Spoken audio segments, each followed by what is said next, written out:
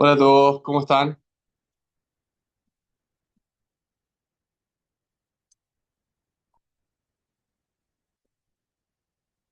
Hola, profe, buenas noches.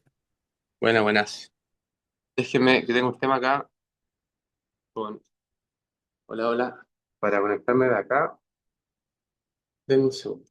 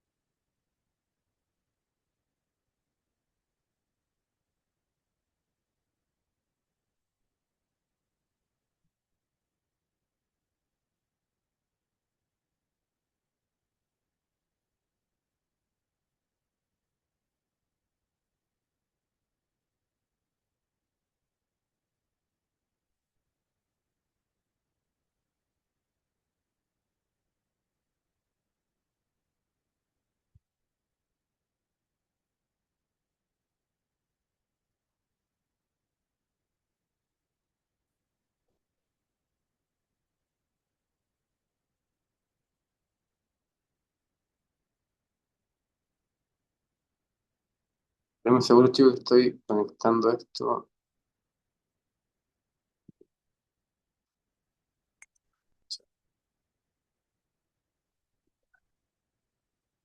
A ver,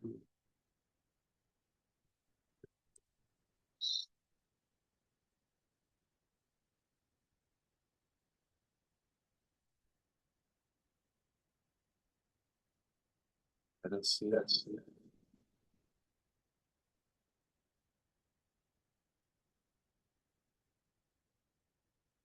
Ya deberíamos ahora, me deberían escuchar bien. Estamos grabando dos. Pero, ¿Se escucha, profe? ya, me voy a compartir.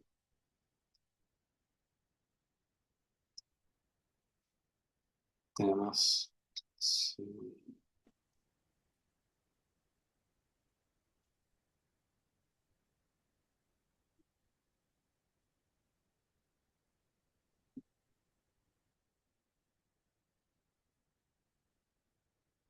Y ahora sí, gente. Buenas Hola, noches. profe. Hola, ¿qué tal? Hola, profe. Hola, hola. Voy a cambiarme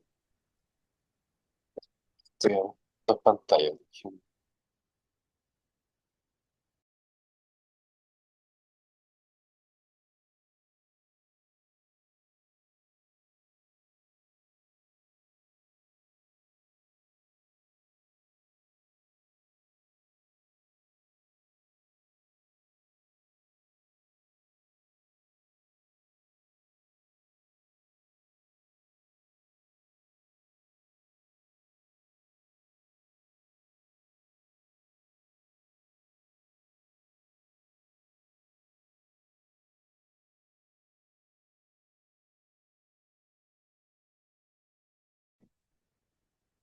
Ahora sí. El control tenía 20 puntos máximo. 20.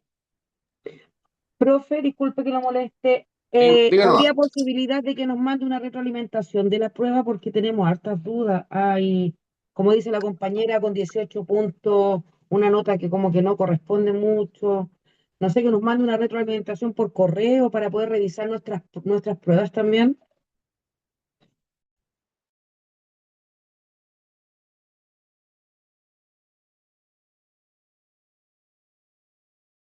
Se salió el profe.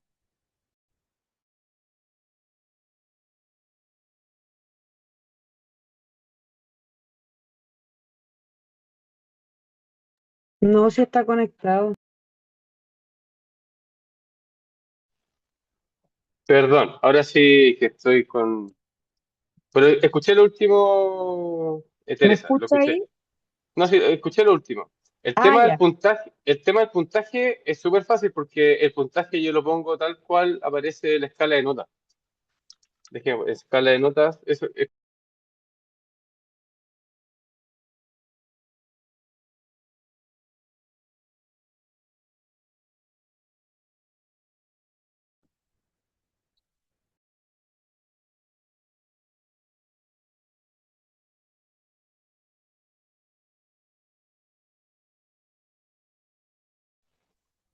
de ahí sí, supongo que sí. Miren, ahora voy a compartir pantalla de la escala de notas y eso es... Profe, yo tengo que hablar algo con usted.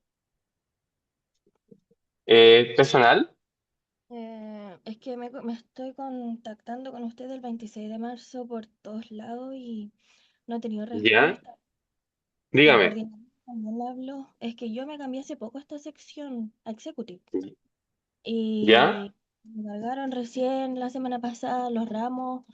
Y yo le estaba hablando sobre el control uno que me parece como que no puedo ingresar y no sé sobre qué es. ya, ok. Sí. Es que tuvieron un problema y a mí me metieron muy tarde me cargaron muy tarde Pero- los ramos. ya, pero usted en el fondo, para efectos prácticos, usted partió esta semana, por así decirlo. Claro, esta es la primera clase que me puedo conectar recién. Ah, perfecto, perfecto. Ya, a ver, para efectos de Francisca Morales, pasó lo mismo. Ya, miren, eso no tiene, o sea, para efectos prácticos no tiene incidencia para ustedes porque, claro, el control se los va a hacer en otro momento, cuando venga el momento de la recuperativa, en el fondo, creo que hay una semana de consolidación, creo que es el nombre técnico. Y ahí les tomo el control y ustedes pueden tomar el control tranquilamente. Entonces, Y el por esa control va a ser nota, no se preocupen. presencial, habilitado por Blackboard. No, los controles son todos por Blackboard. Todo esto por Blackboard. Todo Blackboard, Blackboard. Salvo una persona o varias que me dijeron que por un tema X tienen que tener evaluaciones presenciales. Y esa persona ya lo sabe, coordinación, sabe quiénes son, así que entiendo Ah, que ya. esas personas sí saben. Mm, Pero el resto es solamente por Blackboard. Entonces, no se preocupe ahora por la nota, porque en el fondo, cuando tenga ese momento de remediales, abro el Blackboard ahí y ustedes tienen tiempo para responderlo, igual que Francisca Morales, me parece. ¿Le puedo Y ahí preguntar quedamos. si Dígame. requiere el control 1 qué contenido? El control uno es de toda la materia que vimos hasta la semana pasada, que era básicamente historia de la epidemiología, conceptos de causalidad y medidas de frecuencia. Ah, ya. Básicamente prevalencia, incidencia y esas cosas. Pero para efectos prácticos, no pierda, o sea, no se pierdan esa nota porque la va a recuperar. O sea, sí o sí, usted, como se incorporó recién, esa nota va a quedar pendiente. Ahora solamente porque publiqué todas las notas nomás, puse todas las que tenía, pero en el fondo, ahora con el antecedente que me da usted, va a Ya. tener su nota cuando corresponda. ¿Va a entrar algo de desarrollo, o sea, de fórmulas? No, porque todas las cosas, tengo que hacer la misma evaluación que le hice a sus compañeros, quizás no las mismas preguntas, pero preguntándoles lo mismo. Y a los compañeros les pregunté por fórmula. Ah, ya. Gracias. No se preocupe. Ya, y ahora yo estoy mostrando acá la escala de notas para que vean la escala. Eh, Se ve ahí, ¿no? Sí, profe. Escala de notas. Sí. Ya, miren, acá era puntaje máximo 20 puntos con 60 exigencias. Básicamente la tabla es esa. Es que esa era mi duda, profe, porque yo tuve 18 puntos y tengo un 4,8 de nota y se supone que con 18 puntos es un 6,3. ¿Usted tiene un 4.8 de nota? Sí, y tuve 18 puntos. Ah, ya, entonces claramente ahí yo tipé mal. No era problema de escala. Así que escríbame ahora por mientras en el chat, Natalia Ferrada, puntaje correcto. Le Y así se dejé lo un cambio ahora. mensaje aquí en el chat, el primer Sí, mensaje. déjeme, lo cambio al tiro, es que para mantener orden, o sea, como las notas individuales, escríbeme nomás y se lo cambio al tiro. Pero sí, 18 puntos es un 6.3. Gracias. No, gracias a Doc- usted por avisarnos. Dígame. Doctor, pero nos va a dar una retroalimentación de la prueba para ver en qué fallamos las respuestas que uno tiene erradas. ¿Quieres hacerlo ahora? Como usted estime conveniente. Es que yo preferiría como pasar esta materia que nos queda para la prueba y yo le hago después de eso la retroalimentación porque lo que tenemos que ver es bastante corto porque la prueba uno voy a meterme, a ver, acá. La prueba uno voy a compartir pantalla de la otra. La prueba uno entra todo lo que vimos del control uno más lo que vamos a ver ahora que es cortito, que es como inicio de las investigaciones en epidemiología. Entonces, yo creo que voy a estar hasta las 9:30 conversando y en 15 minutos hacemos la retroalimentación sin ningún problema. Ok, profe. Ya, pero veamos el tiro para que vean. No, en estas cosas yo soy bien directo con ustedes, ¿no? Ya, acá me están viendo, no. Voy a compartir.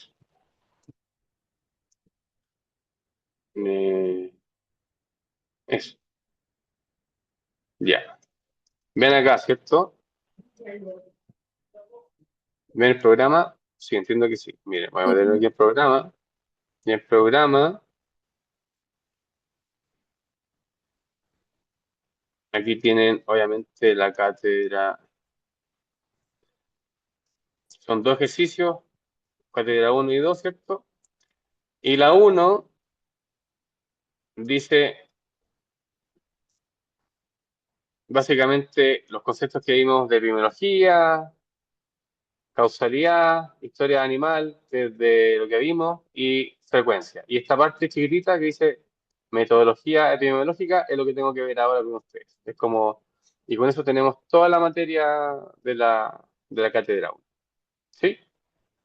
Eso es lo que tengo que ver y es bastante corto en verdad, porque esta metodología parte 100% de la cátedra 2 en estudios epidemiológicos, que son varios. Pero ahora les tengo que pasar como el inicio a la introducción de los métodos que vamos a ver, ¿ya? Entonces, hagamos eso hasta las 9:30 y yo en 15 minutos le hago el feedback de del control y además yo les prometí y les voy a subir mañana con la otra sección el video cortito de la vez que no grabé, que es el video en el fondo explicando el paso a paso cómo hicimos los cálculos, ¿sí? Porque en eso me comprometí y con ustedes me acuerdo que no quedó tan grabado. Entonces, ese video se lo subo mañana si tienen todo listo para la prueba y no les debo nada. Ya, eso sería, ya les comparto la PPT. Profe, consulta, le habla Cuéntame Paulina. más. La cátedra Paulina. es la misma modalidad del control porque desconozco Proctoring, pero igual va a haber como desarrollo y varias secciones o es solamente alternativa. No, va a ser alternativas y va a ser verdadero y falso. Y todos tienen que ser por proctoring. Eso sí que tiene que ser por proctoring por la parte que dice abajo, conéctate. ¿Ustedes los bajaron? Me imagino que en la parte de acá, ¿ves? Voy a compartir acá. Voy a aprovechar al tiro que me comentó Paulina y así Y de la- recordarle a los compañeros que no lo han descargado porque hay que habilitar varias cositas. Sí, eso mismo. Así aprovechamos. Para que sepan, chicos, aquí tienen, se van a su sección, ¿cierto? Se van a Blackboard, permitir. Y acá, en su sección, me parece que ustedes el 16088, al último, dice esto. Esto. Dice pasos para registrarte y rendir tus evaluaciones supervisadas. Y eso está, dice, visible para los estudiantes. Así que todos están viendo eso. Y ahí tienen que seguir el paso a paso. Ahí está todo exactamente el paso a paso. ¿Qué tienen que saber? En el fondo, cómo se instala, todos los posibles errores. Entonces, al final, yo acá va a quedar como la prueba para el lunes, va a estar acá.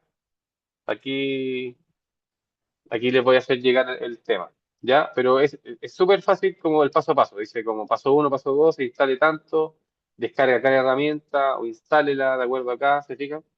Esto es literalmente paso a paso. Ahí lo bajan, extensión. Entonces, ahí tienen que, por favor, chicos, tienen toda la semana para hacerlo y están todos viendo, dice, visible para los estudiantes, pasos para registrarte y rendir tus evaluaciones supervisadas. Hacen en eso y deberían estar listos para, en el fondo, la prueba del lunes. Eso es. Si alguien tiene duda, me escribe de aquí al, no sé, de aquí al miércoles. Si alguien no le queda claro cómo instalarlo, pero acá es como realmente paso a paso. ¿Ya? Así que gracias, Paulina, por comentarme el datito de lo que tenemos que mostrar. Ya, y ahora sí les comparto la PPT.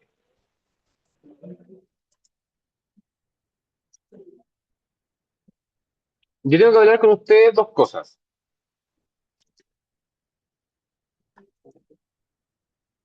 Uno, que es lo que está acá, que tiene que ver, porque hasta ahora yo con ustedes he conversado cómo entendíamos las enfermedades desde la triada, ¿cierto? ¿Estoy grabando? Supongo que sí. Antes que estuviera grabando. Sí, estoy grabando.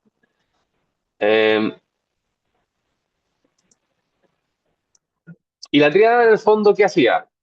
Si teníamos las condiciones ambientales, las condiciones del hospedero y las condiciones de la gente, cómo interactuaban ellas, en el fondo podían dar cuenta de la presencia de una enfermedad. Y así, en esencia, entendíamos en epidemiología cómo se presentaba la enfermedad en las poblaciones. Eso es en esencia lo que estamos conversando. Pero cuando hablamos de una población, la dinámica de enfermedad en una población tiene matices, digamos así, matices, y esos matices tienen que ver con lo que va ocurriendo con la población respecto a individuos susceptibles a enfermar, que aquí está como S en azul, con individuos que se están enfermando o infectando, ahí con I en naranjo, y con individuos o animales que se están recuperando. ¿Por qué esa es la forma más sencilla? Así como en epidemiología, en enfermedad teníamos la triada epidemiológica, cuando vemos la forma más sencilla de ver qué pasa a nivel de la población, hablamos ahora del modelo SIR. Y el modelo SIR es un modelo que dice, mira, tengo una población que va a estar compuesta por individuos susceptibles a enfermar, en este caso animales a enfermar, animales que se van a infectar o van a enfermarse, y dependiendo de la enfermedad, estos animales se van a recuperar o van a quedar portadores o van a quedar como crónicos o algo les va a pasar, ¿cierto? Eso va a ser como la esencia de lo que entendemos de una enfermedad en una población. Y este es el modelo más sencillo, el modelo SIR, porque es susceptibles, infectados y recuperados. Ustedes saben que en la actualidad debería ser modelo SIRS con una S final, porque los individuos en el fondo se enferman, son susceptibles de enfermar, se van a infectar, se van a recuperar pero vuelven a ser susceptibles. El trayecto va siendo siempre así. Eso pasa en la práctica. Somos susceptibles, nos enfermamos, infectamos, nos recuperamos y después volvemos a ser susceptibles. Obviamente hay enfermedades que son menos notorias, pero otras que esto se cumple muy, muy frecuentemente. Entonces, ¿qué es lo que quiero que entiendan de acá? Uno, que es la manera más sencilla de establecer dinámica poblacional, el modelo SIR, susceptibles, infectados y recuperados. Y esto se entiende así. Fíjense en el gráfico que está acá a mi derecha. Aquí yo tengo un tiempo que está, en este ejemplo, en días. 10 días, 20 días, 30 días, etc. ¿Ok? Y acá, en mi eje, tengo a los individuos, que pueden ser humanos o animales. Acá cerremos en 1000 individuos, en 1000 animales. Entonces, los susceptibles a enfermar van a ser todos estos 1000 animales que están en azul. Y así estamos al tiempo cero. Por eso, fíjense acá que tenemos tiempo cero. Y a medida que pasan los días, ¿cierto? Día 5, etcétera. Obviamente, el número de susceptibles va a empezar a disminuir. ¿Por qué? Porque esas personas o esos animales susceptibles se están enfermando, se están infectando. Entonces, baja la curva azul de susceptibles y fíjense que va aumentando la curva naranja, que es de los individuos que están siendo infectados. O sea, están pasando de susceptibles a infectados. El paso de susceptible a infectado se conoce como la tasa de infección y se abrevia con la letra beta. Eso básicamente, si usted tuviera ese número, sabría cómo están pasando los individuos de susceptibles a infectados y a qué velocidad. ¿Sí? Pero en esencia, así lo tienen que interpretar. Y luego, depende de la enfermedad, pero en la mayoría tenemos un estado de recuperación luego de enfermarnos. En la mayoría así. Entonces, eso es lo que deberíamos esperar en el gráfico, porque en el fondo, a medida que los individuos susceptibles bajan, ¿bajan por qué? Porque se están infectando. Pero llega un punto en que los infectados llegan a un máximo y luego vuelven a descender porque ya no hay más individuos susceptibles a enfermar. Y por eso la curva en verde, que es la de recuperados, aumenta. Porque esta enfermedad, después de la infección, genera recuperación. ¿Se fijan? Este es el modelo más sencillo para entender una dinámica de población. Y si así teníamos como la tasa de infección, que era en el fondo la tasa con la que un individuo susceptible pasaba infectado, también tenemos una tasa que se conoce como tasa de recuperación, gamma o con Y, que es la tasa, la rapidez con la cual los individuos infectados se están recuperando. ¿Ok? Entonces, esta es la definición en esencia de cómo se entiende la propagación de una enfermedad en la población asumiendo un modelo SIGS, es decir, un modelo donde había susceptibles, animales que siendo susceptibles se van a infectar y que siendo infectados después en algún momento van a recuperarse. Ahora, depende de la enfermedad, no todas las enfermedades tienen recuperación, otros son directamente muerte, otros quedan inválidos, ¿cierto?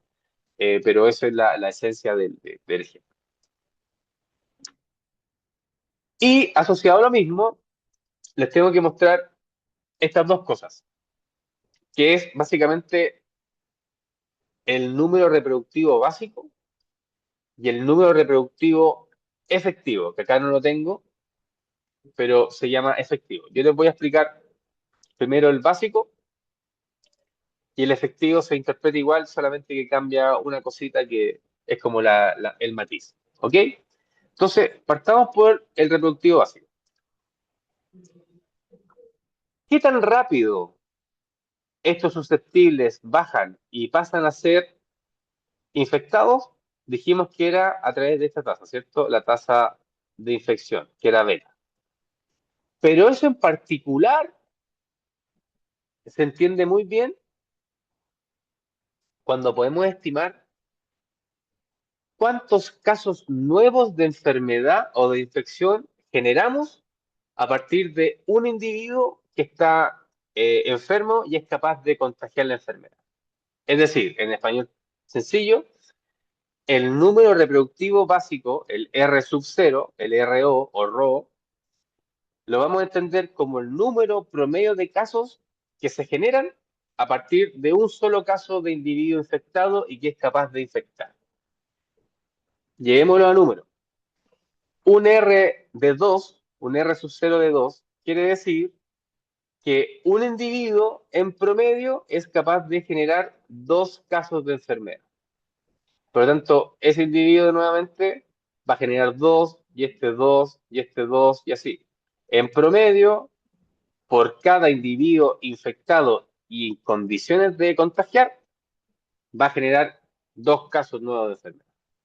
Si fuese sido un R3, por cada individuo o animal infectado y con capacidad de contagiar, se generan en promedio 3 casos nuevos de enfermedad. Por ejemplo, el sarampión tiene un número, un R sub 0 de 14. Es decir, por cada caso de persona con sarampión y que es capaz de infectarla, en promedio va a originar a 14 casos nuevos de sarampión. Así se entiende. Eso es el número reproductivo básico. ¿Ok? Entonces, si lo que estoy diciendo es cuántos casos nuevos de enfermedad genero a partir de un solo caso, yo tengo un número que es el que me dice si mi enfermedad en la población está creciendo, si en la población se mantiene estable o si en la población tenemos una disminución de la enfermedad. Y ese número, como mágico, es el 1. ¿Por qué? Porque si tengo un R0 de 1, estoy diciendo que por cada individuo infectado, en promedio estoy generando otro caso de infectado. Y así ese infectado genera otro. Entonces, en el fondo, mantengo mi enfermedad constante. Está estable porque por cada individuo infectado estoy generando otro individuo infectado. Entonces, no crezco ni achico. Estoy estable, estoy constante. ¿Ok? Ahora, si tengo un R sub 0 mayor a 1, por ejemplo, de 2, estoy diciendo que por cada individuo que está infectado y está en el periodo de contagio, en el fondo, en el periodo donde puede infectar, estoy generando, en este caso, 2 casos nuevos de enfermedad en promedio. ¿Se entiende? Entonces, cuando mi R sub 0 es mayor a 1, yo estoy frente a una enfermedad que se está expandiendo en la población. Por lo tanto, la presentación de esa enfermedad es epidémica. Y ahí la pueden encontrar una enfermedad en expansión, enfermedad en alza, enfermedad en crecimiento. Hay varias variantes en el fondo, pero el ejemplo es el mismo. Un R sub 0 o un número reproductivo básico mayor a 1 quiere decir que mi enfermedad está generando en promedio más de un caso nuevo de enfermedad y por lo tanto en la población esto está creciendo. ¿Sí? Y por el contrario, si el número del R es menor a 1, ¿qué estoy diciendo? Estoy diciendo que en promedio estoy generando menos de un caso de enfermedad por individuo infectado. ¿Se fijan? Entonces, esa enfermedad, si está generando menos de un caso, va a tender a ¿qué? A disminuir.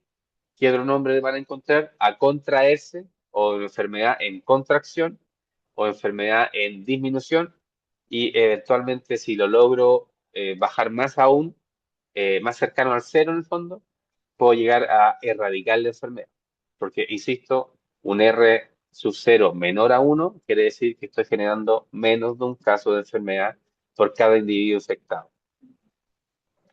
Hasta ahí. ¿Se entendió? ¿O explico de nuevo eso del R0 y el CIR? Porque Profesor, sí se entiende el tema del RO1, pero lo que yo no entiendo ahora es al principio, el número reproductivo básico, el RO, ¿es siempre 2? ¿Siempre van a haber 2 casos? Ya, buena pregunta, Viviana, ¿cierto? Viviana. Perdón. No, el R sub 0 puede tener distintos números. ¿Y por dónde se sacan? Se sacan por laboratorio, se sacan por ensayos, se sacan por algún tipo de análisis. Por ejemplo, el sarampión, que le decía, tiene un número, si no me equivoco, de 14, o al menos de 12. Es decir, que para el sarampión, por cada persona infectada y capaz de transmitirlo, va a generar en promedio 12 casos o 14 casos de nuevos individuos con sarampión. Pero eso va a depender para la enfermedad. Este ejemplo que puse de 2 era para que vieran qué pasaba cuando era 2. Pero hay enfermedad que va a ser 4, COVID tenía creo que en su momento 5. Eso es específico para cada enfermedad. ¿Ahí sí? ¿Quién tuvo Sí, su duda? profe. Gracias. Ya, de nada. Ok, ya, ahora que viene la parte que con comillas es la difícil. No es difícil, pero es la difícil. Y lo que pasa es que también hay un concepto que se interpreta igual que el número reproductivo básico, el R0. Igual, pero se llama número reproductivo efectivo, R sub E, como re, el ro y el re. Y el re se interpreta igual, número de casos en promedio que se generan por cada individuo o animal que está infectado. Se interpreta igual.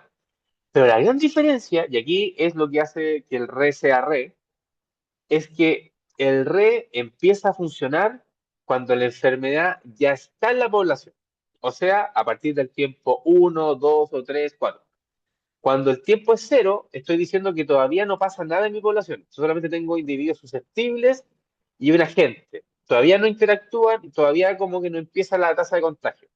Entonces, el RO, para que no se equivoquen o no se confundan, es un número que se obtiene principalmente por laboratorio, por literatura en el fondo, y es al tiempo 0. Es cuando el 100% de mis individuos todavía es susceptible a enfermar. Esto todavía es como, mira, en teoría, el R0 para, qué sé yo, coronavirus es de 3. Ese es mi inicial. Pero cuando parto del tiempo 1 en adelante, tengo mi momento de... Estoy escuchando a su hermana. ¿Qué está? Ahí sí. El RE, en el fondo, el número reproductivo efectivo, ¿ok? Se interpreta igual. El RE aquí también puede ser de 2, pero la diferencia es que el RE va a partir acá, en 1, 3, 5, 100, lo que sea en el tiempo. Pero cuando veamos siempre el tiempo 0, y por eso es R0, es cuando el agente en el fondo está en la población, pero todavía no parte. Todavía no hay casos de infectados. Es como la teoría, es como, mira, tengo esta población y tengo este virus que tiene R0 de 14, por ejemplo. Ok, pero otra cosa pasa cuando ya están interactuando en el tiempo. Y ahí lo que vale es el RE, el R efectivo. A ver, el ejemplo que está aquí abajo es de COVID. Y con COVID pasó eso, que coronavirus, el R0, el R sub 0, creo que inicialmente era 4, porque eso se había hecho por ensayo en ratones, había visto un par de cosas, y in vitro en el fondo daba un R0 de 4. Entonces, ¿cómo se interpretaba eso? Que al tiempo 0, por cada persona infectada y con capacidad de contagiar, va a generar a 4 personas más contagiadas o casos. ¿Cierto? Ya. Pero cuando partió la pandemia y ya empezamos a ocupar mascarilla, empezamos a ocupar cuarentena, empezamos a ocupar otro tipo de cosas, otras medidas, ese R0 de 4 cambió y pasó a 2.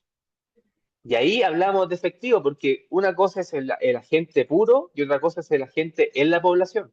Y en la población hay medidas que pueden hacer que se propague más fácil o se propague más difícil.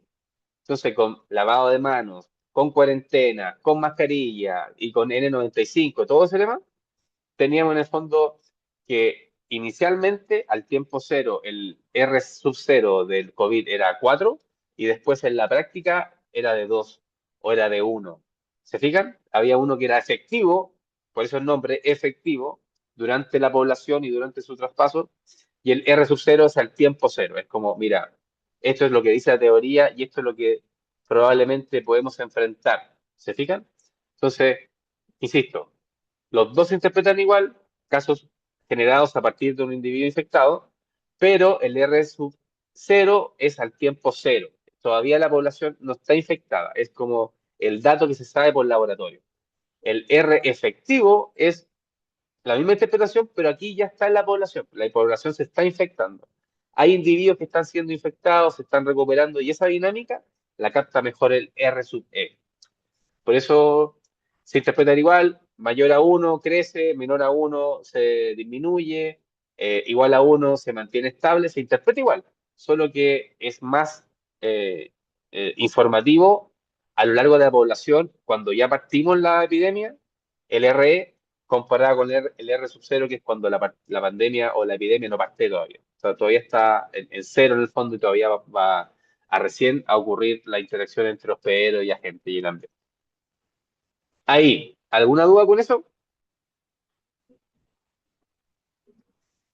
No, profe. No, profe. ¿Lo entendieron? Ya.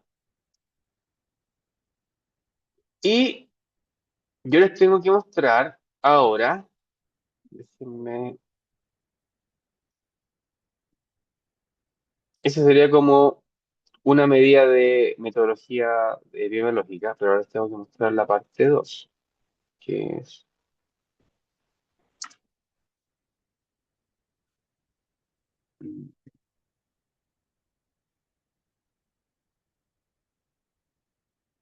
a ver, un poco.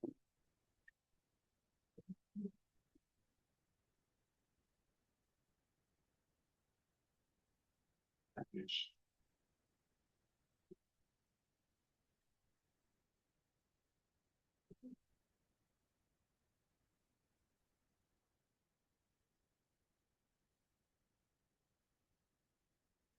Mm,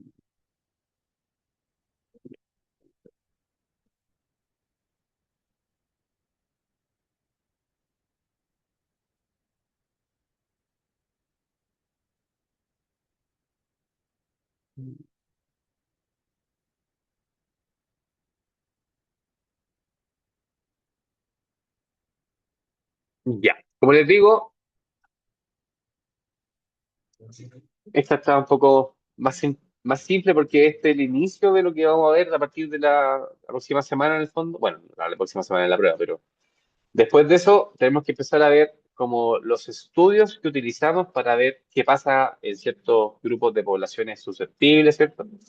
Y eso es usando ciertos estudios con nombre y apellido que ocupan ciertos indicadores que se calculan de cierta manera. Entonces, eso es ya para la cátedra 2. Pero hasta la cátedra 1 ingresa esto que es como la introducción a, en el fondo, entender cómo metodológicamente utilizamos los antecedentes y las observaciones para aplicar la disciplina de epidemiología como tal. ¿Ok?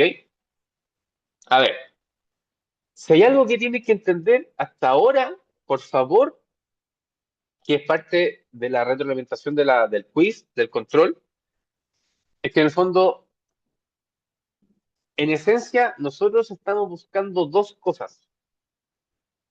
Queremos cuantificar enfermedad, en el fondo, por eso sabemos si un animal es enferma, otro no, o por qué hay grupos más vulnerables que otros, o por qué en el fondo ocurre en cierto lugar y en ciertas condiciones climáticas, ¿cierto? Todo eso nos interesa ¿para qué? Para poder identificar a los factores de riesgo. Y un factor de riesgo, acuérdense, más adelante se lo voy a definir bien, pero ya lo hemos conversado, que es en esencia un elemento, una condición, una característica, un atributo, algo, en el fondo, algo que hace que en el fondo, mi población o mis individuos, si están expuestos a ese factor, tienen más chances de, en el fondo, desarrollar la enfermedad. Eso es lo que tienen que manejar sí o sí de lo que es un factor de riesgo. Entonces, yo se los voy a definir ahí.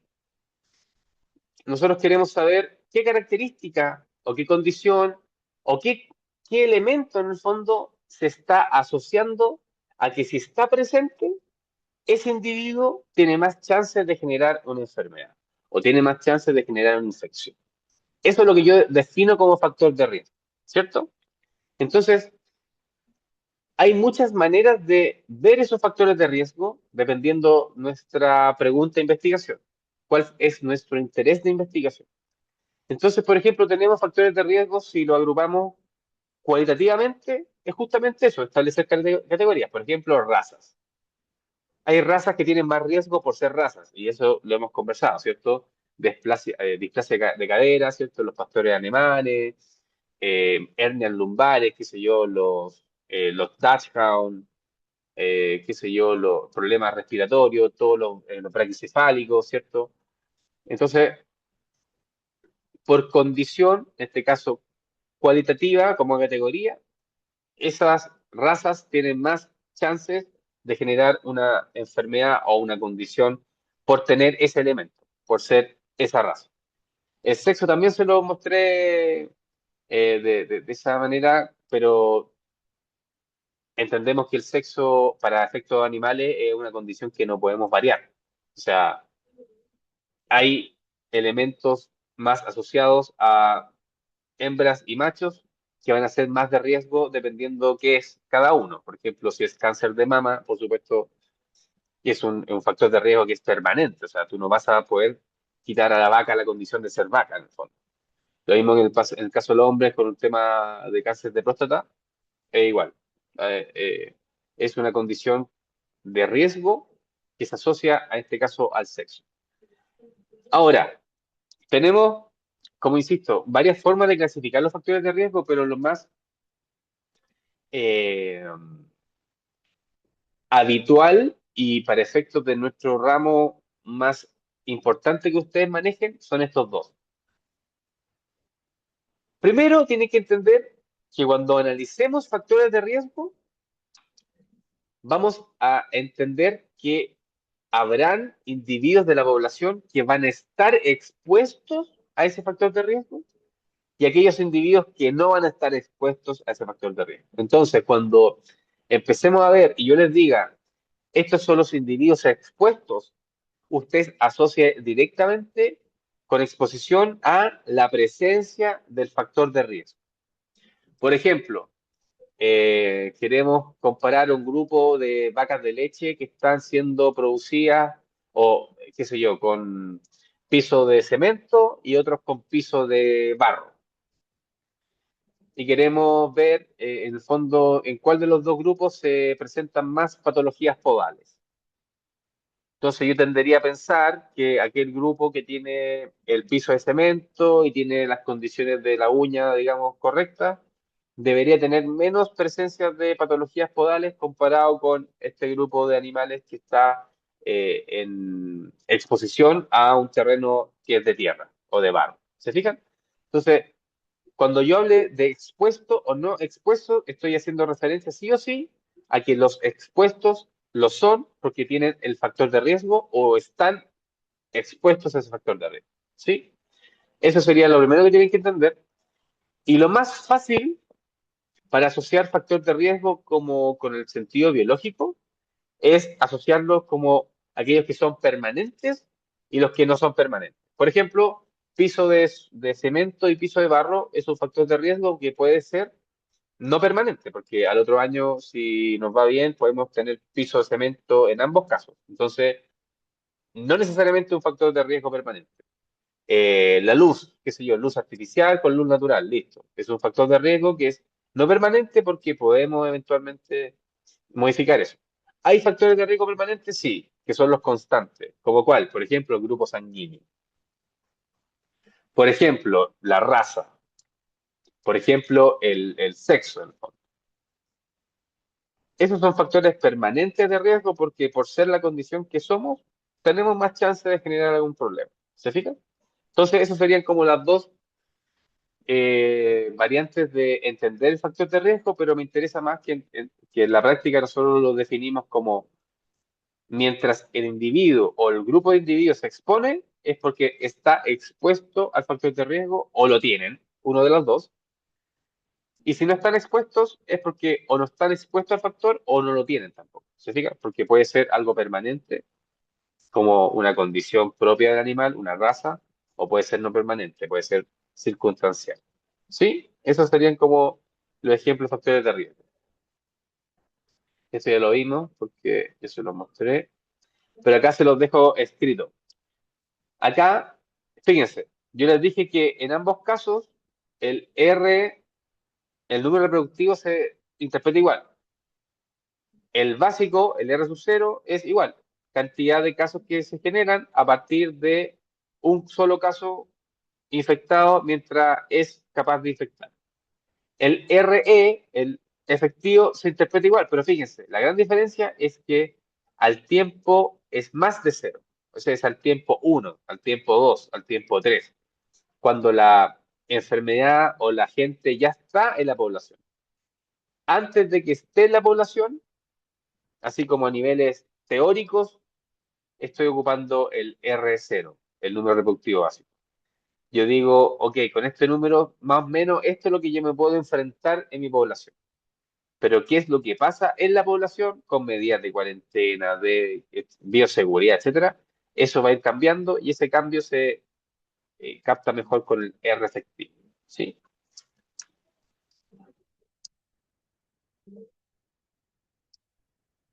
Bueno, esto lo tienen que haber visto también, que esto se conoce como curva epidemiológica y la curva epidemiológica es aquella curva o representación gráfica de los casos nuevos de infección o enfermedad. Eso grábense. Ahí podemos hacer curvas de muchas cosas, pero la curva epidemiológica es aquella curva que va a graficar casos nuevos de enfermedad o de infección en base al tiempo. ¿Y qué factores van a incidir acá? Obviamente características propias de la gente, la cantidad de personas o animales que conforman la población, cuántos de ellos son susceptibles a enfermar, ¿cierto? Pero en el fondo, estos cambios que dijimos que pasaban en la triada, ¿cierto? Ya. Y esto es lo último, porque estos son los estudios que tenemos que ver uno por uno a partir de las próximas clases. Tenemos que ver todos estos estudios que tienen su forma de establecerse, su forma de medirse, hay indicadores propios, se interpreta de una manera particular, entonces eso entra en la cátedra 2. Ahora tienen que entender hasta, en el fondo, cómo se organizan los estudios. Ya les dije que teníamos métricas de dinámica poblacional, RE y R0, ¿cierto? Y ahora les tengo que decir, mira, y si tenemos que organizarnos en el diseño de investigación, tenemos dos grandes grupos. Tenemos los estudios que se conocen como descriptivos y por otro lado tenemos los grupos que se conocen como analíticos. Y fíjense aquí abajo, dice, aquí hay una flechita, no está de adorno. Esa flecha dice que mientras más a la derecha nosotros nos acercamos, la fuerza de la asociación entre lo que en el fondo estimo, calculo y mi resultado final es mucho más fuerte. Es decir, acá tenemos los estudios que son más débiles, los descriptivos, porque en esencia solamente vamos a hacer eso, vamos a describir. Y mientras más comparaciones hacemos, vamos a tener una fuerza mucho más fuerte de asociar lo que estamos viendo con el grupo, ¿cierto?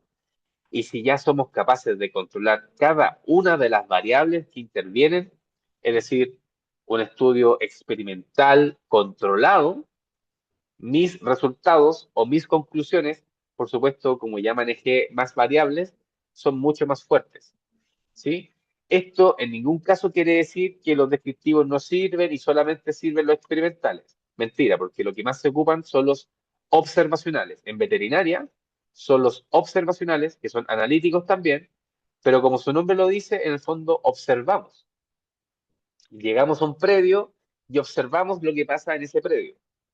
No controlamos, en el fondo. Podemos saber que hay corrales, podemos saber que se alimentan de ciertas cosas, pero el 99% del tiempo estamos observando lo que pasa en ese lugar. Solamente cuando somos capaces de trabajar con, qué sé yo, con ratones de laboratorio, cuyi y ese tipo de animales, ahí tenemos un N muy controlado. Temperatura, condiciones, humedad, alimento, vacuna. O sea, mientras más controladas tenemos la variable, lo que queramos comparar o queramos, en el fondo, asociar de forma causal, va a ser mucho más fuerte. ¿Sí? Entonces, esa es la gran división que hacemos. Estudios descriptivos, epidemiológicos descriptivos y los analíticos. Mientras más comparo grupos en el fondo y mientras más soy capaz de controlar las variables, mi asociación entre resultados y mis conclusiones es mucho más robusta. ¿Sí? Tenemos qué casos o ejemplos de estudios descriptivos. Los famosos reportes de casos. Yo les dije, creo que en la clase 1, en el tema de las cuentas, que cuando partió COVID, solamente sabía que habían, qué sé yo, 7 personas que estaban con una enfermedad X respiratoria, pero era eso, un reporte de casos. Hubo 7 personas en este momento en Wuhan que están con esta sintomatología. Ahí está el reporte de casos, ¿sabes? Estoy describiendo, no tengo nada más que analizar. Ahora, si tengo una serie de casos, por ejemplo, el día 7 de abril, qué sé yo, en Wuhan hubo 7 casos. Después en Chichiyu y aparecieron 14 más. Ahí estoy haciendo una secuencia de casos y eso se llama reporte de casos en serie, que es básicamente un reporte de casos, pero hilado, en el fondo, distintos casos que pasan en un tiempo secuencial. Y después tenemos los estudios ecológicos, que como el nombre lo dice, ese estudio básicamente se asocia en fauna silvestre, en conservación, en donde yo estoy analizando, o en realidad estoy describiendo, lo que pasa con poblaciones en las que mayor parte del tiempo no sé dónde está. Es decir, por ejemplo, yo sé que están, qué sé yo, en el río Clarillo. Yo sé que están ahí, pero la ubicación específica exacta de dónde están no la desconozco. Entonces tengo que describir zonas donde es más probable que pueda encontrar cierto individuo que estoy queriendo conservar, ¿cierto? O no. Entonces, ahí tiene un ejemplo. Y otro ejemplo, el clásico de estudio descriptivo, la encuesta. El censo es un ejemplo de estudio descriptivo. Podemos analizar muchas cosas con porcentajes, pero básicamente yo voy a una casa, pregunto, anoto las respuestas y eso es. No analicé nada, solamente apliqué una encuesta y con esa información yo quiero saber qué está pasando desde el punto de vista descriptivo. Y en los analíticos tenemos los observacionales, que son los que más utilizamos en veterinaria, porque son los que logran una mejor fuerza de asociación entre mis resultados y conclusiones y con lo económico, ¿sí? Porque acá solamente tenemos que observar. Obviamente es caro igual, pero comparado con un laboratorio completo donde tenga que controlar todo, es mucho más barato. Por eso es lo más ocupado en estudios analíticos en epidemiología, los observacionales. Y aquí tenemos básicamente varios, pero los 3 principales son los casos y controles, básicamente grupos con fármaco, grupos con placebo y grupos sin nada. Esa forma de comparar grupos se conoce como grupo de casos y controles. Después tengo estudios de cohorte, se llaman estudios de cohorte porque en el fondo la cohorte significa eso. Por ejemplo, ustedes son la cohorte 2026 de epidemiología. Todos ustedes partieron este ramo el 2026. Entonces son la cohorte 2026 de epidemiología. La cohorte, en el fondo, son grupos de individuos o de animales que tienen una característica en común. Eso es. Entonces tengo individuos que tienen características que quiero saber y los comparo. Pero comparo en el fondo cohortes. ¿Sí? Y el cross-sectional, que en español se conoce como transversal, es el famoso que se conoce como el de la foto, el estudio de prevalencia en el fondo.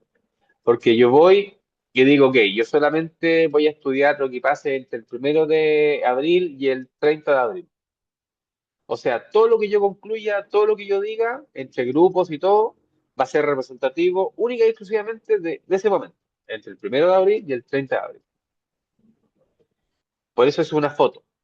Y lo que se calcula ahí es prevalencia. Una prevalencia que se llama razón de prevalencia, pero como es una foto, se hace así.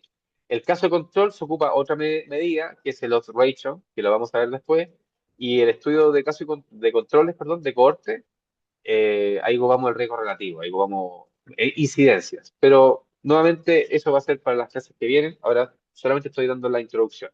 Que sepan que están los estudios de cohorte, los estudios de caso y control y los estudios de cohorte, perdón, transversales. Y esos son estudios observacionales que se encuentran dentro de los estudios analíticos. ¿Sí? Y la otra vertiente de lo analítico es la que les digo yo, que se conocen como experimentales. Básicamente los famosos ensayos clínicos, los ensayos controlados. Experimentos en laboratorios en condiciones donde todas mis variables las manejo. Quienes salen, quienes entran, cuando duermen, cuando todo. Y como controlo todo, o casi todo, puedo decir más cosas de las asociaciones que estoy viendo, porque ya tengo controlado todo. ¿Se fijan? Entonces, la fuerza de mis conclusiones es mucho más fuerte. Y esto es lo último, que es lo mismo, pero del punto de vista como teórico, para que lo tengan claro. El descriptivo, como estudio, lo que busca es solamente describir el fenómeno. El descriptivo no va a comparar grupos, ojo acá, no comparo grupos, solamente describo. Acá, como solamente estoy describiendo y no estoy comparando grupos, los descriptivos tampoco puedo asociar como un factor de riesgo y que ese factor sea efectivamente de riesgo. Yo no puedo decir nada.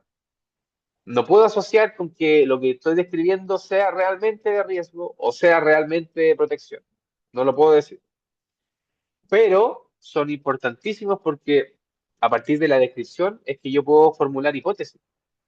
Hipótesis que voy a probar o voy a contrastar con estudios analíticos. ¿Se entiende? Entonces, ¿quiénes me entregan los insumos para tener hipótesis de estudio? Son los estudios descriptivos.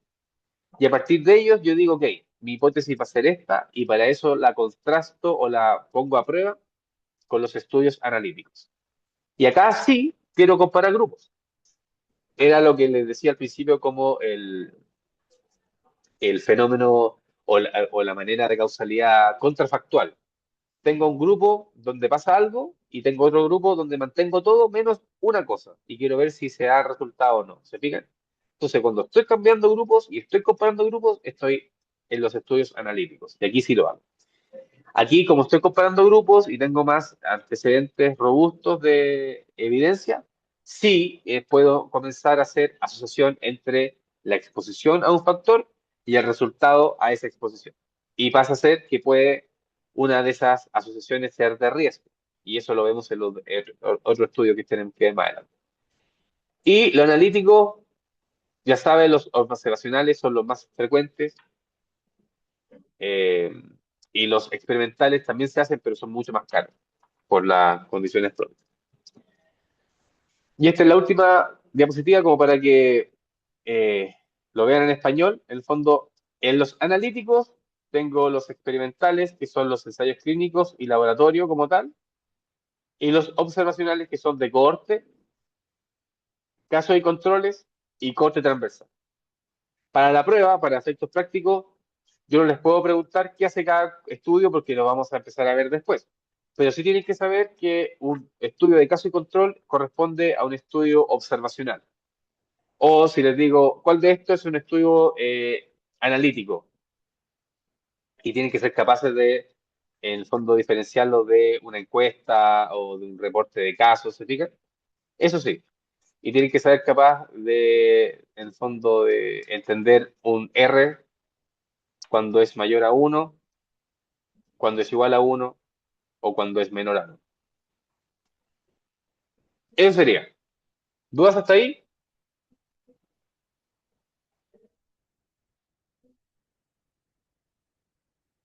¿Dudas? No, No, profe. profe. Seguro, porque yo creo que de todo lo que hemos visto es lo más difícil. Parece que esto les quedó más fácil, parece.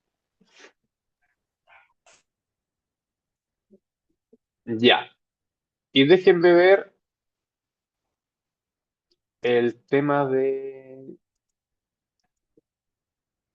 el control.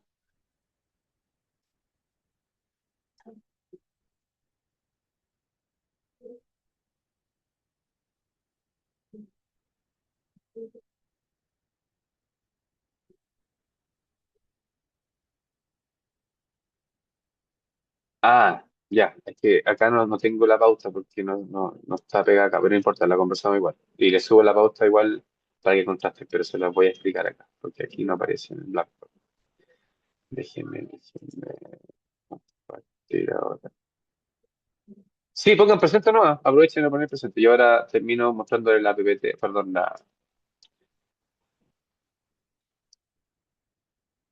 la respuesta del control.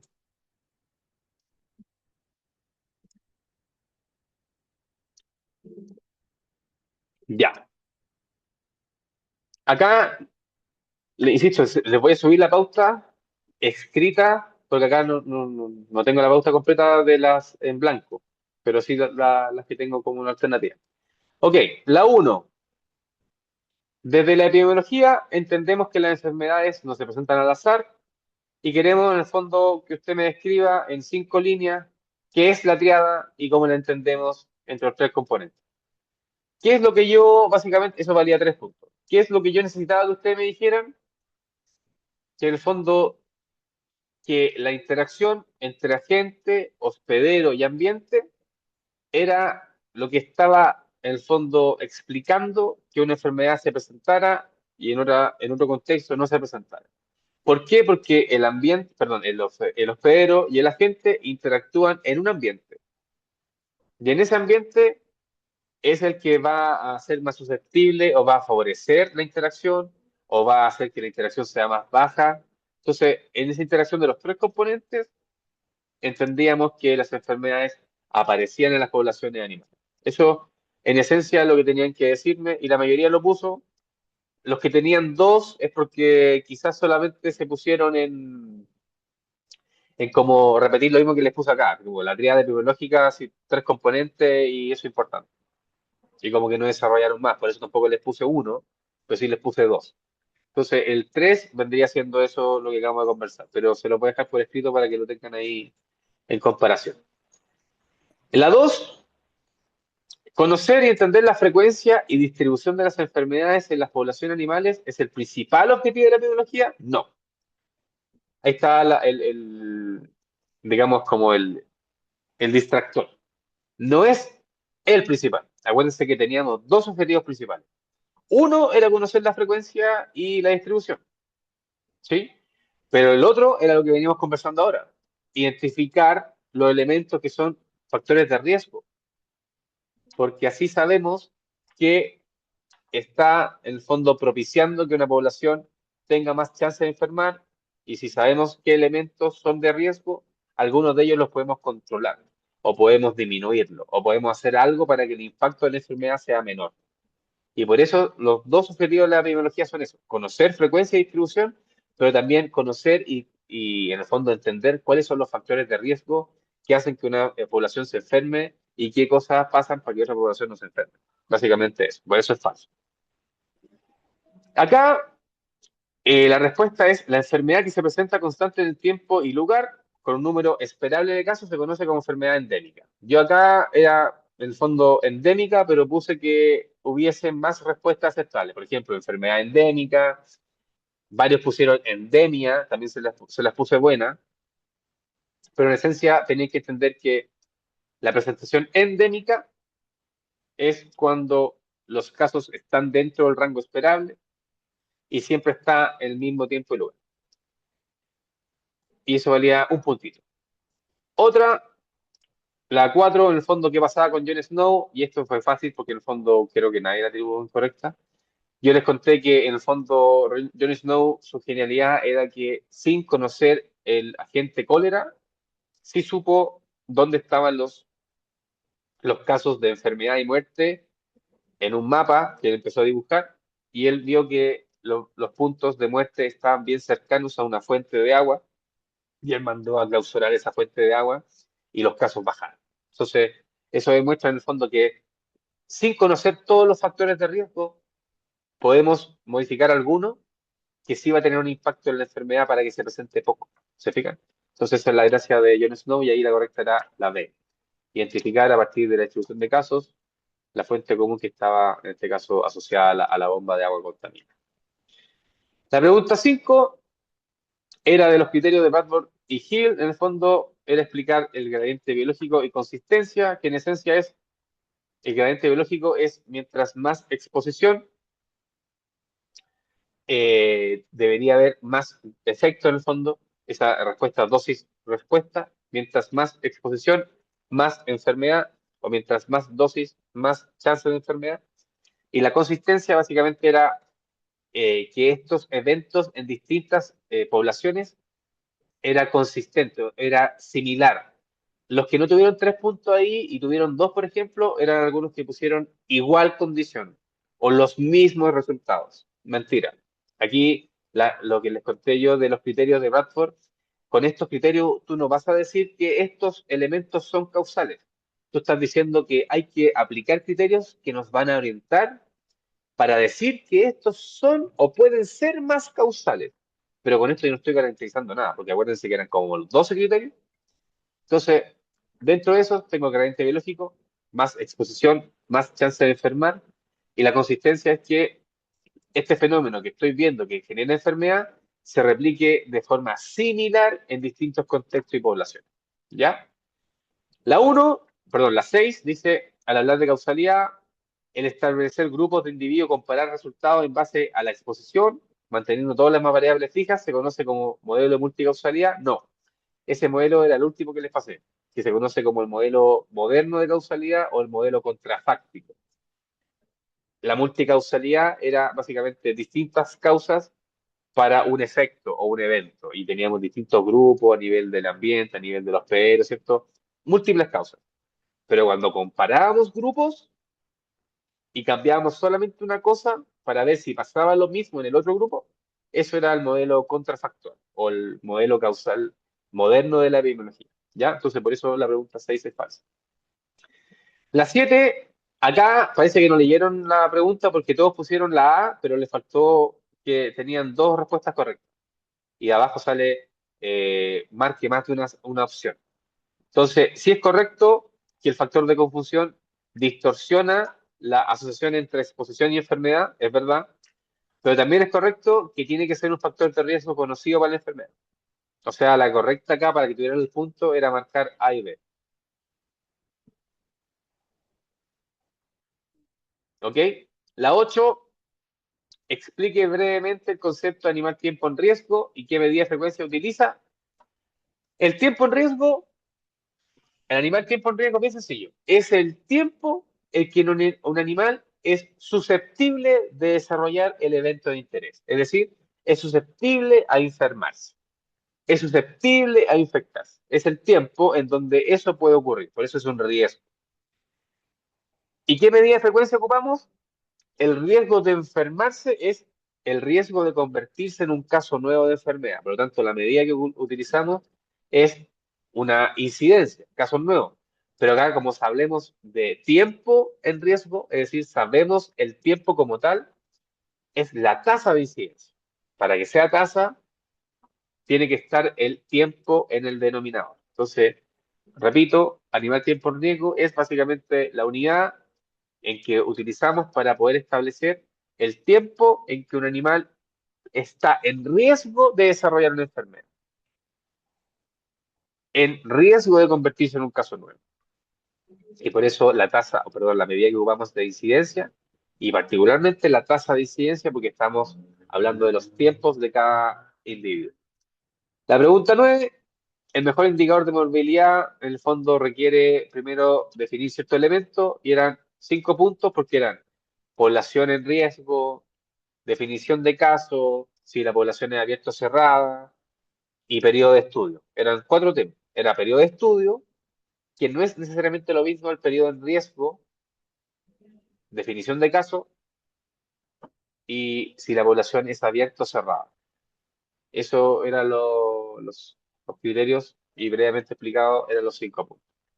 Y la última pregunta, la 10, básicamente cuando usted habla de casos nuevos de enfermedad respecto a la población, fíjese, dice respecto a la población. Si es respecto a la población, es riesgo de incidencia. Porque si dijera respecto al tiempo en riesgo de la población, ahí debería haber sido tasa de incidencia. Pero acá está hablando de población. Casos nuevos dividido población, eso es riesgo de incidencia o incidencia acumulada, también se conoce. Pero si hubiera dicho el tiempo en riesgo de la población susceptible, ahí es tasa de incidencia. Escuché al profe. ¿Quién me dijo, profe? Yo tenía una duda en la 9 porque puse los Ya. 4 puntos que usted explicó recién y tengo 4 de 5 puntos. Escríbame en el chat. Ponga ahí yo Ya, tengo la pregunta 9, porque la puedo cambiar al tiro, pero quiero leer por qué le puse menos puntaje, porque ya. me puedo equivocar. Yo acá no les voy a mentir, me puedo equivocar y puedo haber pasado una letra mala, así que acuérdese de cambiar usted tenía un 6-3 o 6-6, 18 puntos en el fondo. 18 puntos, ya, sí tenía razón. Profe, Y le puse un 4-4. Ya, dígame. es que en la respuesta de las 7, ahí Ya, en todas las alternativas realmente no dice la o las. Entonces, uno al leer responde siempre una. Y aquí usted puso dos. Entonces debiera haber dicho en la pregunta la o las. Solo dice no, es un que factor de confusión es aquel. La mayoría usted la, acaba de decir que pusimos la A, pero usted como sí, respuesta real puso A y B, pero aquí nos dice las. Y siempre en las pruebas de alternativa nosotros nos dan la opción de una respuesta. Yo creo que por eso nadie puso más de una. En mi no, caso, yo creo que esa, y porque además no leyeron abajo la pregunta porque dice seleccione más de una respuesta. Todas las preguntas que son de una sola respuesta dice seleccione la respuesta. Y abajo dice más de una respuesta. ¿dónde vi? Automáticamente sale cuando aparecen las pruebas. Ahora no lo puede ver porque aquí estoy viendo la versión de la pauta. Pero cuando estaba ejecutándose, aquí abajo tiene que salir seleccione más de una respuesta.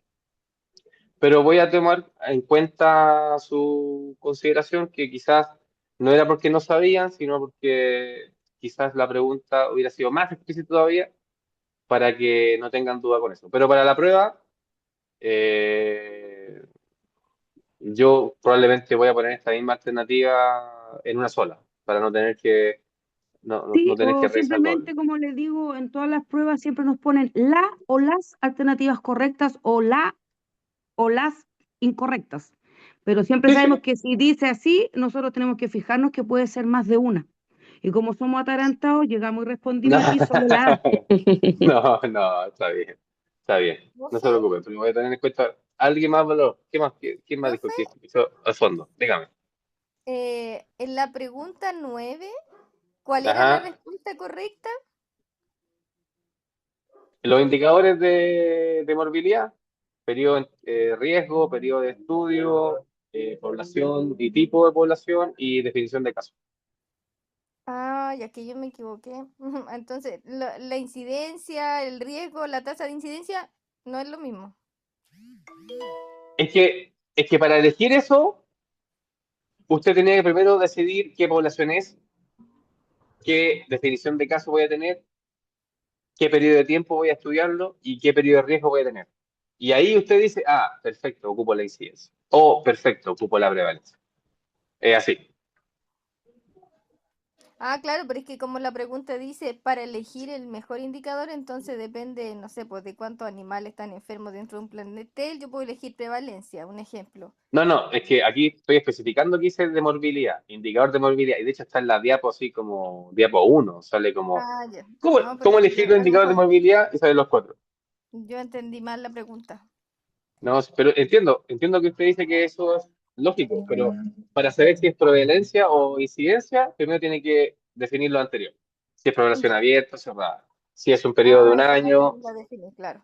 es Ya. claro. Y con eso usted dice ya, voy a ocupar prevalencia o voy a ocupar incidencia. Ah, ya. Ya, no, sí, yo entendí entonces mal la pregunta, ya. Gracias, profe. Ok.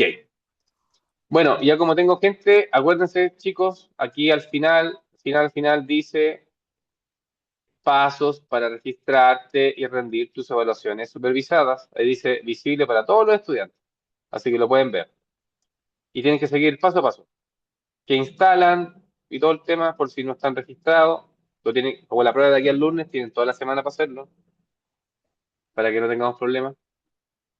Y eso, chicos, yo ahora les subo esta misma PPT y les subo el videito de la clase que les digo yo que va a ser mi forma de compensarlo a ustedes, porque cuando le hice la clase como que se me olvidó grabar. Entonces quedaron muchas cosas en el aire y alguien me dijo que igual les costaba seguir el cálculo porque no tenía una pantalla. Entonces yo grabé un videito para que tengan eso mismo, pero en versión pantalla y puedan estudiarlo para la prueba. Y la prueba va a ser igual a lo que estamos viendo acá. O sea, no se preocupen con el tema de cálculos que van a mirar para abajo.